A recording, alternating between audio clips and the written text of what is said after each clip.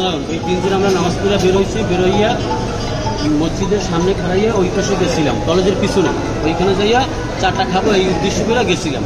তো যাওয়ার পরে এর মধ্যে আওয়ামী লীগের কিছু লোক, এই যে শাহিন, সে সোনা শাহিন এবং তার ছেলে আওয়ামী লীগ করে এবং তার ছোট ছেলে আওয়ামী লীগ করে এবং সে বিএনপির কিছু জড়িত আছে, বিএনপি রাজনীতির সাথে জড়িত আছে, কিন্তু ছেলেমেয়ে দিয়ে আওয়ামী লীগ আমলে আওয়ামী লীগ করিয়া ওইখানে এলাকায় অনেক অনিরাপত্তা সৃষ্টি করছে।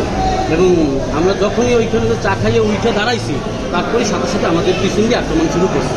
ওইরা আমার প্রথম কোপ দিছে, দেওয়ার পর আমি তো দৌড় দিছি, পরে দ্বিতীয় আমার একটা বন্ধু ছিল নাও, ওরে মাজায় কোপ দিছে, দেওয়ার পরে ও দৌড় দিছে। পরবর্তীতে সুরুজরে কোপ দিছে, সুরুজরে প্রথম কোপ দিছে আমার মনে হয় পায়ে দিতে পারে বা হাতেও দিতে পারে, দেওয়ার পরে ও পইরা গেছে, পইরা যাওয়ার পরে ইচ্ছা মতন কোপাইয়া মাইরে ফেলাই চলে গেছে। কি আপনারা চান কি এখন এই ঘটনায়? এই ঘটনা আমরা সঠিক বিচার চাই, আমরা সুষ্ঠু বিচার চাই,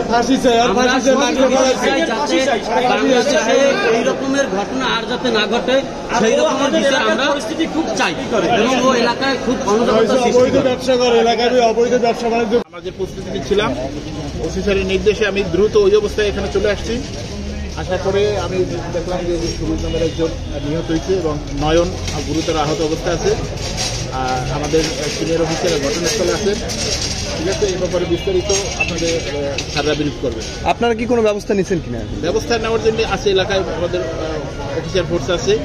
আমি তো এখন হসপিটালে, ঠিক আছে, আপনাদের এই ব্যাপারে বিস্তারিত জানাবেন আমাদের সিনিয়র। মানে মূলত বিষয়টি পরবর্তীতে তদন্ত করে আইনগত ব্যবস্থা না হবে, সেটাই আপনার মতো তদন্ত পূর্বক আইনগত ব্যবস্থা গ্রহণ করা হবে। আমরা শুনেছি যে ওইখানে নাকি একটা ঘরে আগুন দেওয়া হয়েছে, এরকম কিছু না, এই সংবাদ আমি তো হসপিটাল আপনাদের সাথে, এই সংবাদ আমি জানি না।